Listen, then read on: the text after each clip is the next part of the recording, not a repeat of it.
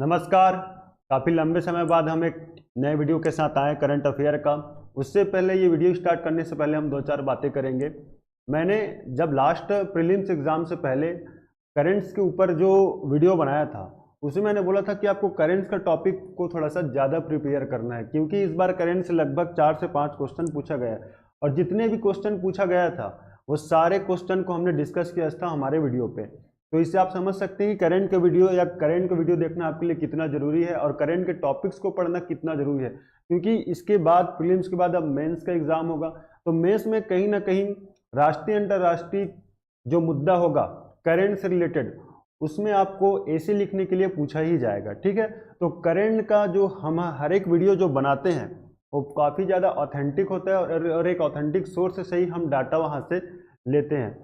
तो चलिए हम स्टार्ट करते हैं करंट अफेयर 2024 का एक नए सिरे से। जिन बच्चों का प्रीलिम्स अच्छा नहीं गया है निराश नहीं होना है, वापस से आपको रीस्टार्ट करना है और 2025 का जो प्रीलिम्स है उसके लिए आपको रेडी करना है। ठीक है, तो करंट अफेयर 2024 का 15 से लेकर के 20 फरवरी के बीच में जो भी विशेष घटनाएं हुई हैं नेशनल इंटरनेशनल लेवल पे उसके बारे में हम चर्चा करेंगे, डिस्कस करेंगे। ठीक है, फर्स्ट सहरगढ़ महोत्सव। महोत्सव जरूरी इसलिए हो जाता है क्योंकि हर महोत्सव को लेकर एक ना एक क्वेश्चन आपको पूछता है किसी न किसी एग्जाम में। ये सहरगढ़ महोत्सव क्या है, ये फर्स्ट टाइम आपको, पहले भी आपने पढ़ा होगा लेकिन अभी अभी ये थोड़ा सा ज्यादा लाइमलाइट में आ रहा है। सहरगढ़ महोत्सव का उपनाम है कलार महोत्सव। ठीक, अब इसको कलार महोत्सव क्यों कहा जाता है, क्योंकि कलार समाज या कलार सिन्हा समाज के द्वारा इस महोत्सव को सेलिब्रेट किया जाता है ज्यादातर। ये जिला बालोद के ग्राम सोरर में बहादुर कलारिन के जन्म स्थली पर इसको मनाया जाता है सहरगढ़ महोत्सव को। ज्यादातर पीएससी या व्यापम क्वेश्चन इस तरह से करता है कि बताइए निम्न में से महोत्सव किस जिले में मनाया जाता है। यदि कोई स्पेशल जनजाति के माध्यम से उस महोत्सव को सेलिब्रेट किया जा रहा है तो उस जनजाति का नाम या उस जाति का नाम पूछेगा। ठीक है, ये जो सहरगढ़ महोत्सव है इस महोत्सव का आपको स्थान पता होना चाहिए, साथ ही साथ कौन से समाज के द्वारा इस महोत्सव को मनाया जाता है वो भी आपको ध्यान में रखना है। तो सहरगढ़ महोत्सव जिला बालोद, ग्राम सोरर और कलार सिन्हा समाज के द्वारा इस महोत्सव को सेलिब्रेट किया जाता है या मनाया जाता है। ठीक, बहादुर कलारिन का जन्म स्थली है। आप मुझे कमेंट करके बताओ कि बहादुर कलारिन का माची बालोद के किस स्थान पे है। ठीक है, तो ये हो गया आपका सहरगढ़ महोत्सव। नेक्स्ट टॉपिक हम देखते हैं कुमारी स्नेहा बंजारे, मोस्ट इंपॉर्टेंट खिलाड़ी कुमारी स्नेहा बंजारे। क्वेश्चन किस तरह से बनेगा वो मैं आपको बता रहा हूँ। कुमारी स्नेहा बंजारे अभी हमारे छत्तीसगढ़ के एकमात्र खिलाड़ी है जिनका यूएई में हुआ जो अभी अंतर्राष्ट्रीय चैंपियनशिप जो था उसमें इनका सिलेक्शन हुआ था। एकमात्र खिलाड़ी थी जो हमारे छत्तीसगढ़ से गई हुई थी। तो ये किस खेल से संबंधित है ये आपको क्वेश्चन पूछेगा। और इन्होंने जो है रजत पदक, साथ ही साथ सिल्वर मेडल, ये भी अलग अलग कैटेगरी में इन्होंने जीता है। ठीक है, ये कराटे खेल से संबंधित है। ज्ञानेश्वरी यादव जी को आप सभी जानते हैं, उसके खेल कौन से खेल से संबंधित है वो क्वेश्चन पूछा जा चुका है। ये कुछ नया है। कुमारी स्नेहा बंजारे ध्यान में रखिए, ये कराटे खेल से संबंधित है। कहाँ की निवासी है, जिला कोरबा। ठीक, नेक्स्ट हम देखते हैं मोह जूझ उत्सव। ये आखिर अभी इतना चर्चा में क्यों था। आप इससे पहले जब भी आपने न्यूज़पेपर पढ़ा होगा उसमें महाराष्ट्र का जो बैलगाड़ी दौड़ है, दक्षिण भारत में जो कर्नाटक तमिलनाडु में जो एक बुल फाइटिंग जालीकट्टू उत्सव मनाते हैं उस पर अभी सुप्रीम कोर्ट ने बैन लगा दिया था। फिर भी अभी 1-2 साल पहले वो वापस से चालू हो गया। ठीक, उसी तरह से ये मोहजुज उत्सव है जो मनाया जाता है असम में। ध्यान में रखिए, जिस राज्य में मनाया जाता है उस राज्य का नाम आपको नहीं भूलना है। असम राज्य में मोहजुज उत्सव मनाया जाता है। अब इसका लाइमलाइट में आने का कारण यह है कि मोहजुज उत्सव को असम हाई कोर्ट ने कुछ टाइम के लिए बैन कर दिया था, लेकिन फिर से अभी इसी साल या पिछले साल ये वापस से स्टार्ट हो गया। इस मोहजुज उत्सव में भैंसों की लड़ाइयाँ की जाती है, भैंसों की लड़ाई। तो बहुत सारे ऐसे ऑर्गेनाइजेशन है जो वाइल्ड लाइफ या वाइल्ड वेलफेयर के लिए काम करता है। उन्होंने कोर्ट में पिटीशन लगाया है कि ये मोहजुद उत्सव को बंद करना चाहिए। क्यों बंद करना चाहिए, क्योंकि देखिए आप ये जो 2 भैंसों का जब लड़ाई किया जाता है कई बार ऐसा होता है कि इस लड़ाई में कुछ भैंसे की मौत भी हो जाती है और कभी कभी उनको बहुत ही ज़्यादा चोट लगता है, कभी कभी इनका सींग भी टूट जाता है जिससे बहुत ही ज़्यादा ब्लीडिंग होता है।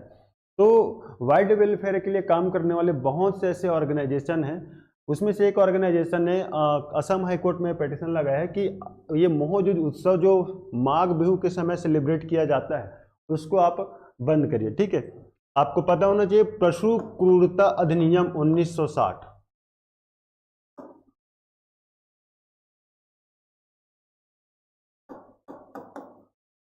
अधिनियम ज्यादा हो जाएगा, एक्ट लिखिए, एक्ट 1960 या 1960, पशु क्रूरता अधिनियम 1960 के तहत इस प्रकार के पशुओं की लड़ाई करवाना ये कहीं ना कहीं एक प्रकार से गैर कानूनी है। ठीक है, तो इस मोहजुद उत्सव के अब कुछ खास बातें हम जान लेते हैं। पहला तो ये भैंसों की लड़ाई है। अहम वंश जो असम के राजकीय वंश थे, ये अहम वंश उसी से रिलेटेड है। ठीक है, अहम वंश से ये चली आ रही है। स्वर्ग देव रुद्र सिंह ने इस परंपरा को या यूं कहे इस उत्सव को शुरुआत किया था। ठीक है, पशु क्रूरता निवारण अधिनियम 1960, ये अधिनियम आपको पता होना चाहिए। Animal welfare board of India, ये है हरियाणा फरीदाबाद में, इसका मुख्यालय हरियाणा फरीदाबाद में। तो मोहजुद उत्सव को लेकर के 2-4 चीजें आपको पता होना चाहिए। माघ बिहू आप जानते हो, बिहू जो महोत्सव, बिहू जो पर्व है, जो त्यौहार है, उसको असम में बहुत ही, असम का राजकीय त्यौहार के नाम से भी जाना जाता है। ठीक, नेक्स्ट है बांग्लादेश रिक्शा पेंटिंग। ये बांग्लादेश रिक्शा पेंटिंग को ढाका, मतलब बांग्लादेश का राजधानी ढाका, वहां पे उस रिक्शा पेंटिंग को मानवता के अमूर्त संस्कृति विरासत के सूची में शामिल किया गया है, जो यूनेस्को द्वारा किया जाता है। ठीक है, आपको पता होगा अभी के जो प्रीलिम्स के एग्जाम में पूछा गया था गरबा, जब इस रिक्शा पेंटिंग को शामिल किया गया तो उस समय हमारे भारत का गरबा को भी शामिल किया गया था। ठीक है, अब ये अमूर्त, मानवता की अमूर्त संस्कृति क्या होता है? तो समाज में ऐसा कोई सामाजिक ऐसी कोई नॉलेज, स्किल या आर्ट जो लोग बाग में बहुत ही ज़्यादा फेमस था या प्रचलित था एक समय में, लेकिन अब धीरे धीरे वो विलुप्ति के कगार पे चला गया है। तो उसको यूनेस्को के माध्यम से एक अमूर्त संस्कृति घोषित किया जाता है, ताकि उसको वापस से उसको जीवित किया जा सके या प्रचलन में लाया जा सके। ये जो पेंटिंग आप देख रहे हैं रिक्शों में, ये कहीं ना कहीं भी बांग्लादेश में आप धीरे धीरे आपको कम होते जा रहा था। तो इसी को वापस से जीवित करने के लिए इसको इस यूनेस्को की अमूर्त कल्चरल हेरिटेज में शामिल किया गया। ठीक, भारत में गरबा, बहुत सारे, भारत में तो कुल 15 ऐसे अमूर्त संस्कृति है जिसको शामिल किया गया। अभी पिछले साल दुर्गा पूजा को शामिल किया गया था पश्चिम बंगाल का, गरबा को शामिल किया गया है गुजरात का, और उससे पहले वैदिक जाप का मंत्र, योग, कुंभ मेला, ऐसे तमाम प्रकार के हमारे कल्चरल चीजें हैं जिसको इस यूनेस्को द्वारा अमूर्त संस्कृति विरासत में शामिल किया गया था। कभी कभी ऐसा क्वेश्चन पूछ सकता है ना, रिक्शा पेंटिंग जो है किस देश का जो है ये एक प्रकार का आर्ट है जिसको शामिल किया गया था यूनेस्को द्वारा अमूर्त संस्कृति में। तो ध्यान में रखिएगा, ये बांग्लादेश में फेमस है। ठीक, नेक्स्ट हम देखते हैं 6 नंबर का साइंस सिटी जो बनेगा हमारे छत्तीसगढ़ रायपुर में। पूरे भारत का 6वें नंबर का साइंस सिटी होगा जो रायपुर में बनेगा, भी प्रस्तावित है, ये स्टार्ट हो जाएगा कुछ टाइम बाद बनना। ठीक है, इससे पहले कलकत्ता, गुवाहाटी, देहरादून ने इसी मॉडल में साइंस सिटी बनाई गई थी।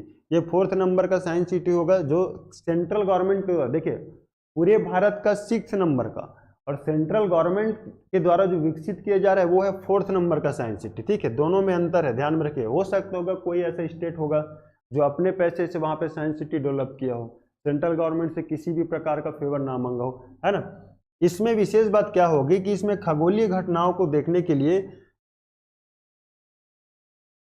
तमाम प्रकार के जो है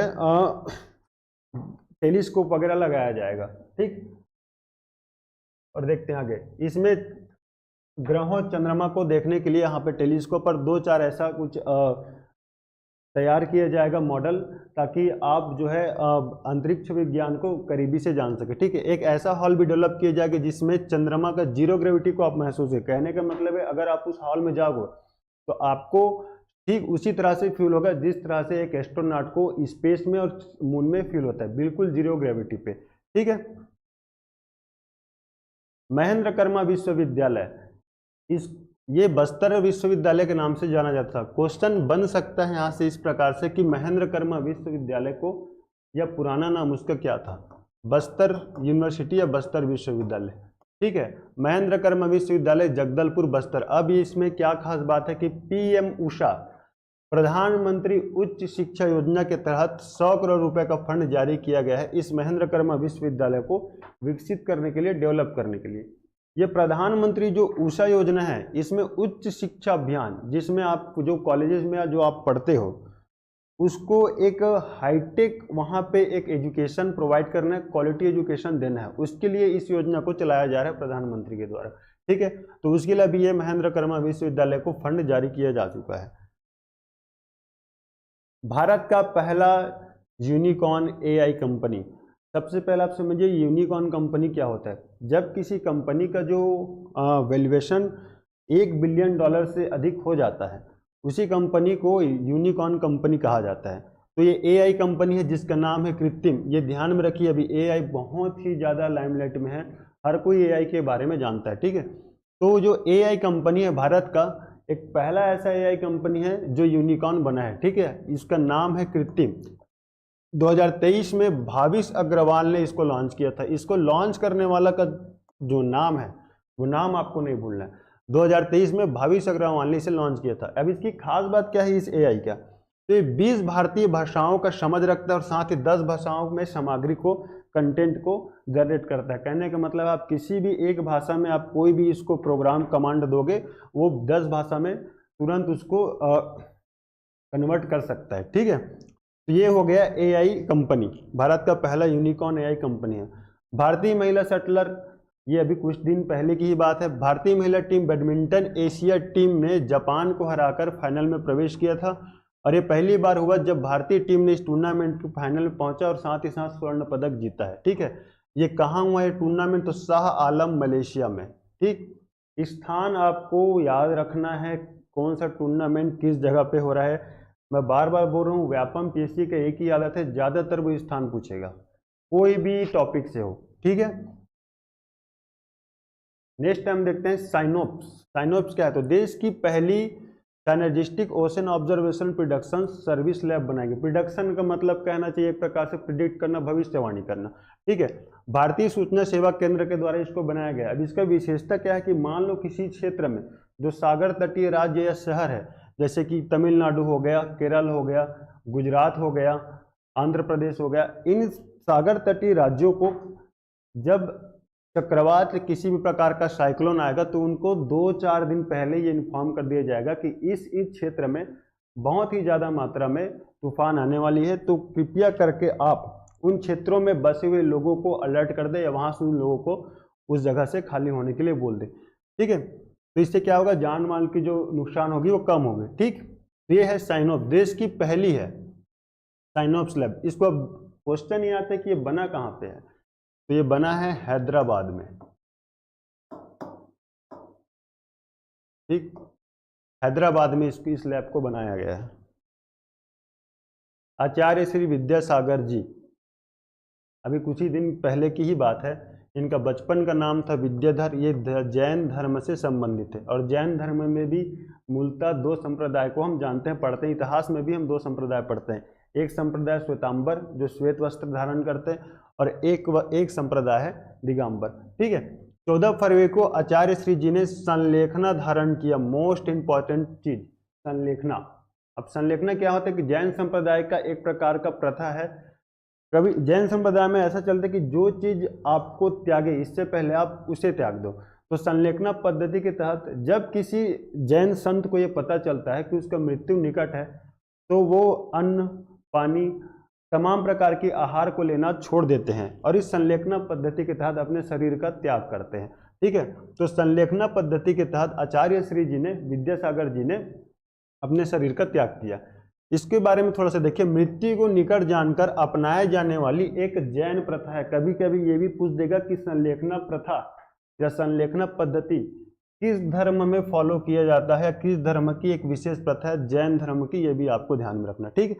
इसमें देह त्याग करने के लिए स्वेच्छा से अन्न और जल का त्याग किया जाता है, ठीक है। संलेखना जो है 2 शब्द सत और लेखन से मिलकर के बना है, जिसका अर्थ होता है अच्छाई का लेखा जोखा, ठीक है। अब थोड़ा सा विद्यासागर जी के बारे में भी जान लेते हैं। इनको मोक्ष या शरीर का इन्होंने त्याग किया 17 फरवरी को। और छत्तीसगढ़ के राजनांदगांव जिले में स्थित चंद्रगिरी पर्वत में, जिसको धर्मनगरी डोंगरगढ़ के नाम से भी जानते, उसी डोंगरगढ़ में पर्वत है, वहां पे इन्होंने अपने शरीर का त्याग किया। ठीक है, प्रदेश का सबसे बड़ा दिगंबर जैन का मंदिर वहां पे बनाया जा रहा है, जो लगभग 171 फीट ऊंचा होगा। ठीक, साथ ही साथ विद्यासागर जी बहुत सारे भाषाओं के भी ज्ञाता थे, ऐसा कहा जाता है। उनको जापानी भाषा का भी ज्ञान था, वो जापानी भाषा में शायद कुछ कविता का भी रचना कर रहे थे। ठीक है, तो विद्यासागर जी एक बहुत अच्छे संत थे हमारे छत्तीसगढ़ और जैन संप्रदाय के, तो ये चीज आपको पता होना चाहिए। ठीक है, चंद्रगिरी पर्वत को लेकर क्वेश्चन पूछेगा तो वो है राजनांदगांव जिला और शहर का नाम है डोंगरगढ़। लिग्नोसैट प्रोब ये एक प्रकार का सैटेलाइट है। अब इसकी विशेषता क्या है, तो पूरे वर्ल्ड में ऐसा पहली बार होने जा रहा है कि जब किसी सैटेलाइट को लकड़ी से बनाया जा रहा है, ना कि किसी लाइट वेट आयरन और एल्यूमिनियम से। ठीक, एक सेकंड।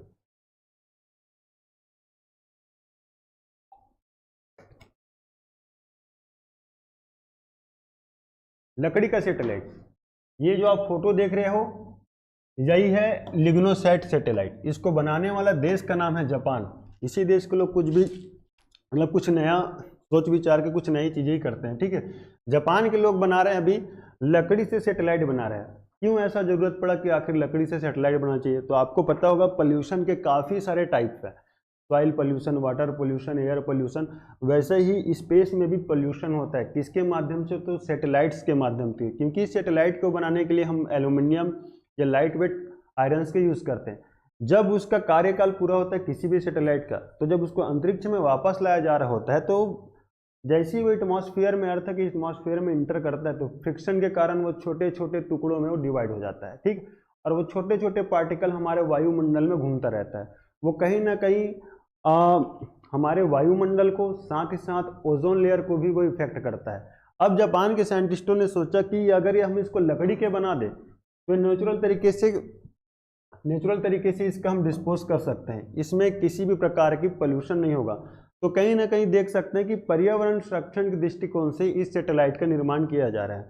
आपको ये सिर्फ इतना ध्यान में रखना है कि दुनिया का पहला ऐसा सैटेलाइट जिसको लकड़ी के द्वारा बनाया गया था, वो सैटेलाइट को बनाने वाला देश है जापान, और उस सैटेलाइट का नाम था